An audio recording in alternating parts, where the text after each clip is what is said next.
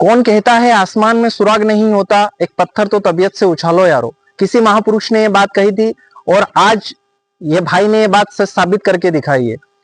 उन भाई से हम मिलाएंगे। वो एक साधारण किसान परिवार से आते हैं और अपनी 12th तक की पढ़ाई उन्होंने सरकारी स्कूल से करी। उसके बाद में वो आज एसबीआई में असिस्टेंट मैनेजर की पोस्ट पर है। तो किस प्रकार से उनकी ये जर्नी रही, कैसा उन्होंने संघर्ष किया और कैसे उन्होंने ये मुकाम हासिल किया, ये सब हम इस वीडियो में आपको दिखाने वाले हैं। तो वीडियो अंत तक देखें और उससे पहले यदि आपने हमारे चैनल को सब्सक्राइब नहीं किया है तो सब्सक्राइब कर दे, क्योंकि हम इसी प्रकार की रियल स्टोरीज, पशुपालन, खेती से संबंधित, छोटे स्टार्टअप से संबंधित, गवर्नमेंट सर्विस में काम कर रहे लोगों से, प्राइवेट सेक्टर में काम कर रहे लोगों से मिलते हैं, उनका संघर्ष जानते हैं, उनकी असली कमाई आप तक पहुंचाते हैं। तो हमारे चैनल को सब्सक्राइब करें और लाइक करें। तो चलिए हम चर्चा शुरू करते हैं। भैया सबसे पहले आप अपना परिचय दीजिए। हेलो, मेरा नाम है संजय राठौर और मैं गांव सूठी का रहने वाला हूं। करंटली अभी मैं State Bank of India Navi Mumbai head office में जॉब कर रहा हूं as a assistant manager systems. थोड़ा सा आप अपने पारिवारिक बैकग्राउंड का भी परिचय दीजिए और कैसे जर्नी आपकी शुरू हुई, हमारे दर्शकों को पूरा विस्तार से बताइए।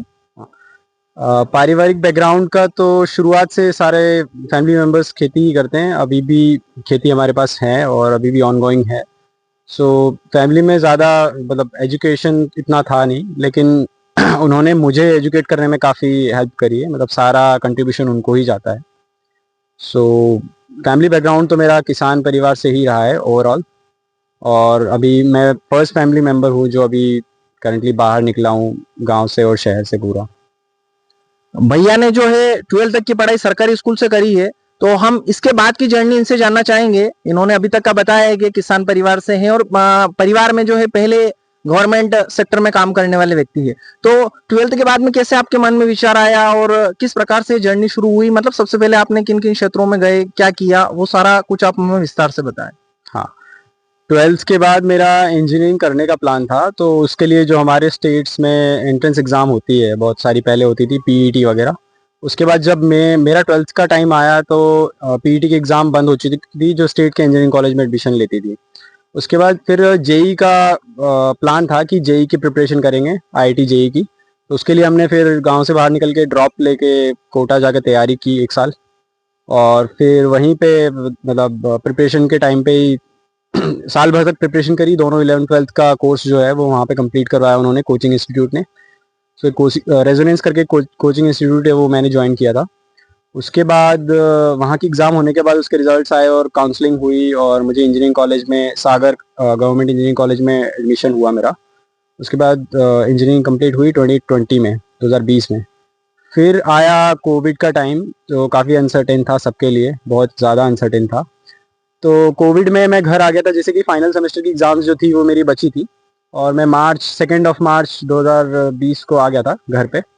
उसके बाद एग्ज़ाम्स नहीं हुए थे तो घर पे ही ऐसे ही बैठे थे, ना ही कुछ पढ़ाई ना ही कुछ काम वाम था, घर पे ही बस ऐसे ही चिल थे सब। फिर मेरी एग्ज़ाम हुई अगस्त के अराउंड और उससे पहले मैं जो है इंजीनियरिंग की जॉब्स के इंटरव्यूज़ वगैरह के लिए प्रिपरेशन करा था घर पे ही ऐसे सेल्फ स्टडी। तो एक कंपनी क्रैक हुई थी नोएडा की सबसे पहले। तो उसमें मैं इंटर्नशिप और फुल टाइम जॉब करने लग गया था उस टाइम से। जुलाई 2020 की बात है। उसके बाद वहीं से शुरू हुआ, वो वाली लाइन पकड़ ली और वो आईटी सेक्टर वाली लाइन मैंने स्टार्ट करी। और फिर वहीं से धीरे धीरे सेकंड कंपनी स्विच मारी 2022 के अराउंड। एंड फिर बस उसके बाद यही सब। मतलब दो दो कंपनियों में आपने पहले काम किया है और 2 कंपनियों में काम करने के बाद में मतलब एसबीआई की जर्नी आपकी फिर कैसे शुरू हुई, कैसे आपके मन में ये विचार आया कि अब अपने को रुक बैंक सेक्टर का करना चाहिए और बैंक सेक्टर में भी सीधे आपने एसबीआई में असिस्टेंट मैनेजर, जो कि एक बड़ी पोस्ट होती है। तो यहाँ की जर्नी फिर कहानी कैसे टर्न होती है और कैसे एसबीआई की तरफ रुख होता है और वो कहानी कैसे शुरू होती है, वो भी हमें विस्तार से बताएं। जी, सच मेरा कोई कंपटीशन एग्जाम की प्रिपरेशन करने का कोई प्लान नहीं था, शुरू से एंड तक कोई प्लान नहीं था ना। मेरे पास टाइम काफ़ी था, 2020 से 2022 मेरा वर्क फ्रॉम होम चल रहा था, यहाँ पे काफ़ी टाइम मिलता था। लेकिन मेरा कोई प्रिपरेशन का ना ही कोई प्लान था, ना ही कोई रूट था उधर जाने का सरकारी की तरफ। वहाँ पे बस वीकेंड्स का टाइम मिलता था, सैटरडे संडे नोएडा में। और मेरा हाइब्रिड मोड में ऑफिस था, मतलब एक वीक में आपको 3 दिन ऑफिस जाना है और वो 2 दिन आप घर से काम कर सकते हो। तो मुझे वो 2 दिन और 2 दिन सैटरडे संडे की जो छुट्टी होती है आईटी ऑफिस में, वो मिलता था। तो मैं बस उस टाइम को यूटिलाइज करके ऐसे ही थोड़ा बहुत पढ़ लेता था कि चलो कुछ हो जाएगा। तो ऐसे करते करते काफ़ी टाइम हो चुका था, 1 साल तक मतलब हर वीकेंड्स पे टाइम दे दे के बहुत टाइम से प्रिपरेशन हो गई थी। 1 साल तक की तैयारी हो गई। हाँ मतलब साल भर पूरा नहीं मानेंगे, एक वीक में 2 दिन पढ़ता था मैं, सैटरडे संडे बस, अच्छा। पूरा वीक नहीं पढ़ता था।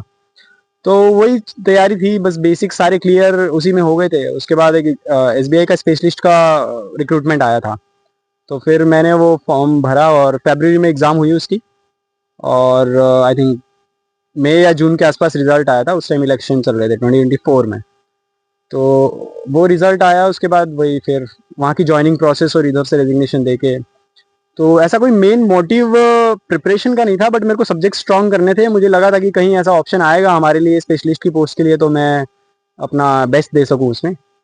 बाकी ऐसा कोई अलग से प्रिपरेशन प्लान नहीं था। जॉब के साथ साथ ही जो भी वीकेंड्स में टाइम मिलता था उसको यूटिलाइज करके प्रिपेयर किया मैंने।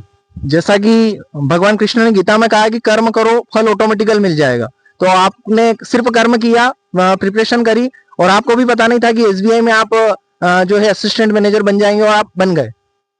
हाँ वो मतलब थोड़ा सा ऐसा था, टफ सा। एसबीआई का क्या रहता है कि टफ पैटर्न रहता है, आपको सबको पता होगा कि उन्होंने 173 पोस्ट के लिए रिक्रूटमेंट का नोटिफिकेशन निकाला था।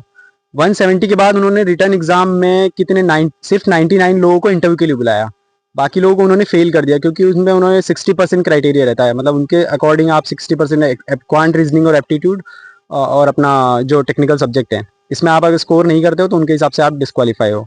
तो उन्होंने 99 लोगों को इंटरव्यू के लिए कॉल किया, उसमें लकीली मेरा नंबर था। तो उस 99 में इंटरव्यू के बाद उन्होंने 68 लोगों को सिलेक्ट किया फाइनल लिस्ट में। मींस इंटरव्यू में भी वो फेल करते हैं, उनका मिनिमम कट ऑफ कुछ 25 रहता है इंटरव्यू में। तो वहाँ पे भी बहुत सारे बंदे जो अच्छे टैलेंटेड थे, तो वो समहाउ कोई लक का कुछ रोल रहता है उसमें। तो यही था मतलब काफी टफ टास्क था, लेकिन आपने कर दिखाया, फाइनली आपने कर दिखाया। तो हम ये जानना चाहेंगे कि जब कोई बंदा तैयारी करता है, उतार चढ़ाव काफी सभी के जीवन में आते हैं, और कभी उसको लगता है, जैसे आप तो जॉब भी कर रहे थे, एक तरीके से सेटल भी हो गए थे, और जॉब करने के दौरान भी बहुत सारी परेशानियां चलती ही रहती है, और व्यक्ति जब आगे की तैयारी करता है, तो जब कोई तैयारी करता है बंदा, और उसके जीवन में जो उतार चढ़ाव आते हैं, और उसका मन एक बार कहता है कि चलो छोड़ देते हैं, क्विट कर जाते हैं, तो उस समय क्या मतलब माइंड अप्रोच रहनी चाहिए? आप कृपया ये भी बताएं, क्योंकि आप सक्सेस हो गए हैं, तो सक्सेसफुल आदमी बता सकता है उसके बारे में। ये जो आपने प्रश्न पूछा है लोकेश जी, इसका कोई एब्सोल्यूट जवाब तो नहीं है। हर व्यक्ति इसका अपने अपने हिसाब से जवाब दे सकता है, लेकिन मेरा यही रहेगा कि आंसर यही है कि खुद को मोटिवेट रखें आप, और अपनी आपने जो भी मेहनत करी है उस पर आप भरोसा रखें। ज़रूरी नहीं आपका कंपटीशन एग्जाम में या उस चीज़ में आपको सक्सेस मिले, लेकिन आपको कहीं और सक्सेस मिल सकती है उसके फॉर्म में। आप एक अच्छे टीचर बन सकते हो। आप अगर उस सब्जेक्ट के प्रो बन जाते हो और आपके एरिया में वैसा टीचर नहीं है, तो आपकी वो भी एक सक्सेस मानी जाएगी। तो आप बेसिकली कुछ भी काम कर रहे हो, जो भी चीज़ कर रहे हो, प्रिपरेशन कर रहे हो या पढ़ाई कर रहे हो या फिर बिजनेस कर रहे हो या फिर कुछ नया स्टार्टअप या कुछ भी कर रहे हो, आप उसमें पैशनेटली लगे रहें, और उसमें जो भी काम करें आप उसमें डीप में जाके घुस के रिसर्च करके काम करें, ताकि आपके जितना नॉलेजेबल उस फील्ड में आपको आसपास नहीं होगा, तो फिर काफ़ी आप यूनिक चेहरा बन के उभरेंगे उस फील्ड में। जैसे हमारे कोटा में जो टीचर्स थे वो हमें पढ़ाते थे, तो वो बोलते थे कि 3 सब्जेक्ट है आपके पास, फिजिक्स, केमिस्ट्री, मैथ्स। उसमें से आप किसी भी एक सब्जेक्ट को, अगर आपको लगता है कि आपका सिलेक्शन नहीं होगा जेई में, तो आप किसी भी एक सब्जेक्ट के प्रो बन सकते हो। ठीक है, प्रो मतलब इतने लेवल के प्रो कि आपको बिना किताब उठाए पढ़ा सकते हो आप 11 12 दोनों क्लास की पूरी फिजिक्स या जो भी आपका सब्जेक्ट हो। तो कोई ना कोई एक चीज आपको लेनी है वहां से, पढ़ाई से या कोई भी काम करो पैशन से, उसके डीप जाके आपको थोड़ा रिसर्च करके वैसा पैशनेटली काम करना पड़ेगा। मतलब एक फील्ड का आपको पूरी तरीके से मास्टर बनना पड़ेगा, तभी आप उसमें सफलता हासिल करेंगे। अगर आपको वो नहीं मिलेगा तो कहीं और सफलता आपको मिल जाएगी, ये आप कहना चाहते हैं। मैं थोड़ा सा आपके काम से रिलेटेड प्रश्न करता हूँ कि एसबीआई में आप जो वर्क करते हैं, वहां पर आप किस तरीके का वर्क करते हैं, ये भी थोड़ा सा बताएं, क्योंकि ये एसबीआई एक बड़ा जाना माना बैंक है, तो वहाँ के काम को लेकर बहुत सारे लोग इच्छुक होते हैं कि किस प्रकार से वहां पर काम होता है। तो आप थोड़ा सा अपना वर्क बताएं कि एक मैनेजर की पोस्ट पर आप किस प्रकार का काम करते हैं।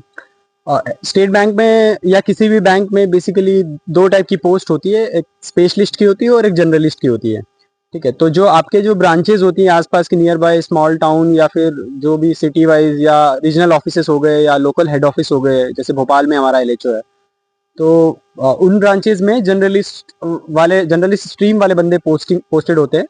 तो उसमें बेसिकली जनरल बैंकिंग वाला काम होता है, just like customer facing accounts, transactions और ये सब होता है। नॉर्मल बैंकिंग जो एक आम आदमी के लिए होती है। और हमारा स्पेशलिस्ट का जो हेड ऑफिस है नवी मुंबई में, बेलापुर में, वहाँ पे बेसिकली जो आपके जितने बैंकिंग के इंटरनेट बैंकिंग के एप्लीकेशंस हैं, इनकी वेबसाइट्स हैं, आपका योनो हो गया और फ़ोन पे और जितने सारे इंटीग्रेशंस हैं, ये सारे से रिलेटेड टेक्निकल डिपार्टमेंट में मेरा काम रहता है। बेसिकली उनके सारे एप्लीकेशन को मेंटेन करना, उनको मैनेज करना, ब्रांचेस से जो रिक्वेस्ट आती है, जो उनको एरर या कुछ फेस होता है, उनके ट्रांजैक्शन एरर्स होते हैं, बहुत सारी चीज़ें होती हैं, तो उनको मेंटेन करना, उनको करेक्ट कराना, उनको करेक्ट करना, ये मेरा रोल रहता है, जॉब रोल। अच्छा, काफी डिफिकल्ट वर्क रहता है आपका। तो हम जान सकते हैं कि इस पोस्ट पर कितनी सैलरी जो होती है वो आपको मिलती है? हाँ जी, स्टेट बैंक ऑफ इंडिया में असिस्टेंट मैनेजर की जो अभी करंट की सैलरी है, अभी इंक्रीमेंट हुआ है उनका 2022 में हुआ है, तो उनकी 48,400 समथिंग बेसिक रहता है। ठीक है, उसके अलावा जो आपके पर्क्स होते हैं, बेसिक के अलावा डीए वगैरह सारा मिला के आपका 77,000 ग्रॉस सैलरी हो जाता है।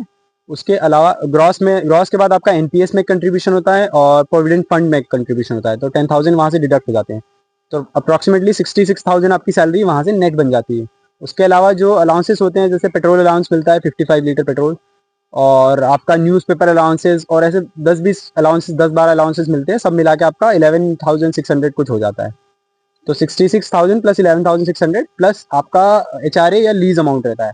मतलब आप जिस भी सिटी में रह रहे हैं, एक्स सिटीज़ या Y cities, metro non metro, उसके अकॉर्डिंग आपको रूम का रेंट मिलता है, जो कि बैंक पे करती है। आपको पे नहीं करना होता है उसके ऊपर टैक्स वगैरह कुछ भी, बैंक पूरा उसका पे करती है।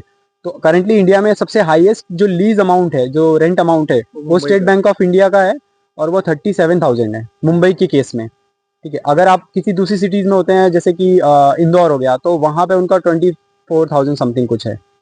आई थिंक अभी थोड़ा और बड़ा हुआ होता है। हाँ, अभी रिवाइज हुआ है, तो उसके हिसाब से मुंबई का मुझे पता है, बाकी अदर सिटीज का रिवाइज का देखना पड़ेगा, लेकिन मुंबई का 37,000 है, पहले 32,000 था। तो काफी हाई रेंट पे करती है स्टेट बैंक। अदर बैंक्स जो है उनका काफी कम रहता है इसके कंपैरिजन में। मतलब काफी अच्छी खासी सैलरी इसमें मिल जाती है। हाँ, अगर आप ये सारे अलाउंसेस और लीज अमाउंट भी जोड़ेंगे तो आपकी सैलरी 1 लाख प्लस पहुंच जाएगी इजीली। प्लस बैंक जो है कंट्रीब्यूशन भी करती है। कॉर्पोरेट में क्या होता है, प्राइवेट सेक्टर में क्या होता है कि आपके सीटीसी में से ही आपका पीएफ और एनपीएस कट के आपकी सैलरी में से ही आपको आपके अकाउंट में डाल दिया जाता है, लेकिन बैंक अपना कंट्रीब्यूशन अलग करती है। जैसे गवर्नमेंट करती है, वैसे ही बैंक भी करती है। जैसे 5,000 आपके सैलरी में से डिडक्ट होंगे एनपीएस के लिए, सेम 5 या 6,000 बैंक आपके अकाउंट में, एनपीएस अकाउंट में डालेगी। तो वो उनकी तरफ से वो कंट्रीब्यूशन भी काफी अच्छा हो जाता है, जबकि आईटी इंडस्ट्री में वो कंट्रीब्यूशन वो काउंट नहीं करते। सपोज आप एक एम्प्लॉय हो, किसी कंपनी के लिए काम कर रहे हो, तो आपकी सैलरी सपोज 50,000 है, 50,000 में से 5,000 आपका एनपीएस जा रहा है, तो 5,000 ही आपका एनपीएस जाएगा। वहां पे कंपनी आपके लिए 5,000 नहीं डालेगी, आपका एक ही साइड से जाता है वहां पे। तो ये गवर्नमेंट इंस्टीट्यूट या फिर बैंक्स में होता है। अच्छा, बैंक्स में, गवर्नमेंट में भी होता है जी कंट्रीब्यूशन। इसके अलावा हम ये भी जानना चाहेंगे आपसे, जो सबका सवाल रहता है, कोई भी अभ्यर्थी तैयारी करता है या विशेष रूप से जो बैंक सेक्टर में एक्सपेरिमेंट कर रहे हैं या बैंक सेक्टर के जो तैयारी करने वाले बच्चे हैं, क्या कुछ करना चाहिए और क्या वो गलतियां नहीं करनी चाहिए, और कौन कौन सी मुख्य बातें हैं जिनके द्वारा बच्चे जो है इसमें सिलेक्शन ले सके? तो ये डिपेंड करता है कि आप कौन सी एग्जाम को टारगेट कर रहे हैं, बट स्पेसिफिकली अगर मैं बैंक के बारे में बताऊं, जितना मैंने देखा है, कॉमन सभी और मेरे फ्रेंड्स लोग भी जो प्रिपरेशन कर रहे हैं उनको भी मैंने देखा है, तो उनकी लैक वो वहीं करते हैं कि बेसिक्स क्लियर नहीं होते हैं उनके। वो काफी मेहनत करते हैं, लेकिन पहले वो बेसिक्स पर ध्यान दे। और जनरली एक चैलेंज रहता है गाँव से, जैसे मैं भी हिंदी मीडियम से पढ़ा हूँ 12th से, तो एक चैलेंज रहता है कि इंग्लिश को कैसे टैकल किया जाए, क्योंकि मेरा इंजीनियरिंग भी पूरा इंग्लिश में था। ठीक है, कोटा में जो कोचिंग से समस्या आती है जब आप जाते हैं, काफी समस्या आती है। मतलब स्टार्टिंग के 1-2 महीने तो ऐसा लगता है कि सब ऊपर से जा रहा है बिल्कुल। इंजीनियरिंग में तो ऐसा ही लगता है, सारी किताबें और टीचर इंग्लिश में ही पढ़ाते हैं, तो ऐसा लगता है कि बहुत टफ हो जाएगा मामला, अब नहीं हो पाएगा इजीली। एक हिंदी मीडियम के स्टूडेंट के लिए बहुत चैलेंजिंग रहता है, तो उसमें ज्यादा घबराने की जरूरत नहीं है, उसको इजीली टैकल किया जा सकता है। बस आपको 2-3 महीने कंटिन्यूसली मेहनत करनी है। और जो कंपटीशन की इंग्लिश है, उसका मैं यही बोलना चाहूंगा कि जो न्यूज़पेपर होता है आपका, कोई भी एक इंग्लिश न्यूज़पेपर आप पकड़ो, उसको आप 6 महीने तक डेली पढ़ो। मैं गारंटी के साथ बता सकता हूँ कि आपका कोई भी, चाहे आप एसएससी का एग्जाम ले लो या आप बैंकिंग का कोई एग्जाम ले लो, आपका इंग्लिश नहीं रुकेगा, आपका इंग्लिश का कट ऑफ नहीं रुकेगा। ये मैं अपने एक्सपीरियंस से बता रहा हूँ, क्योंकि मैं पर्सनली न्यूज़पेपर काफी फॉलो करता हूँ इंग्लिश वाला। भाई का इंग्लिश वैसे भी बहुत बढ़िया था, हम साथ में 12th किया है, और क्लास में जो इंग्लिश में सबसे बेस्ट बॉयज था वो भाई ही था। बेशक हम 12th में पूरी क्लास इतना अच्छा स्कोर नहीं कर पाई थी, लेकिन इंग्लिश में जो सबसे ज्यादा मार्क्स थे वो भाई के ही थे। हाँ वो तो चलो 12th तक का था, मतलब बहुत ज़्यादा नहीं, लेकिन उसके बाद जो मुझे बेसिक्स, उसके बाद भी मैंने पढ़ाई की, ऐसा नहीं कि इंग्लिश स्कूल में पढ़ी थी तो इसके लिए पढ़ना नहीं पड़ता। उसके बाद भी मैंने फॉलो किया काफ़ी न्यूज़पेपर को। तो आपकी जो ग्रामर का, बहुत सारे लोगों का ग्रामर का रहता है कि मेरी ग्रामर क्लियर नहीं हो रही एग्जाम में, यहाँ पे मार्क्स कम आ रहे हैं या कट ऑफ नहीं निकल रहा है। तो वही रीज़न है कि आप एक बार न्यूज़पेपर पढ़ना चालू करो, आपको ये कुछ नहीं पढ़ना पड़ेगा। मैंने कभी टेंस नहीं पढ़ा, मैंने इंग्लिश जब बोलना सीखी ना कंपनी में, तो मैंने कभी टेंस और ग्रामेटिकल और कुछ भी ध्यान में नहीं रखा। सिर्फ न्यूज़पेपर। मैं न्यूज़पेपर को फॉलो करता था, उसमें क्योंकि ग्रामर करेक्शन होता है तो आपका खुद का वोकेबलरी इतना स्ट्रांग हो जाएगी, आपको पता लगेगा कि कहाँ कौन सी ग्रामर यूज करनी है। आपको अलग से टेंस और अलग से एक्टिव पैसिव ये सब कुछ भी पढ़ने की जरूरत नहीं है। ठीक है, धन्यवाद। भैया ने बहुत अच्छी जानकारी हमें दी।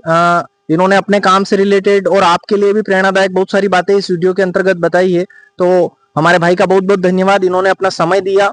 और बने रहे वीडियो में इसी तरह, आगे और भी वीडियो आपको मिलेगी, इसलिए हमारे चैनल को सब्सक्राइब कर ले और कमेंट जरूर करते रहे दोस्तों कि अगली वीडियो आपको किस तरीके की चाहिए, क्योंकि हम सभी लोगों से मिल रहे हैं, पशुपालकों से मिल रहे हैं, किसानों से मिल रहे हैं, छोटे स्टार्टअप करने वाले लोगों से मिल रहे हैं, आगे कुछ समाज सेवकों से भी हम मिलेंगे, समाज सेवा करने वाले लोगों से भी हम मिलेंगे और वो अपना काम किस प्रकार कर रहे हैं ये भी हम आपको बताएंगे। इसलिए हमारे चैनल को सब्सक्राइब कर ले और लाइक जरूर करें। धन्यवाद।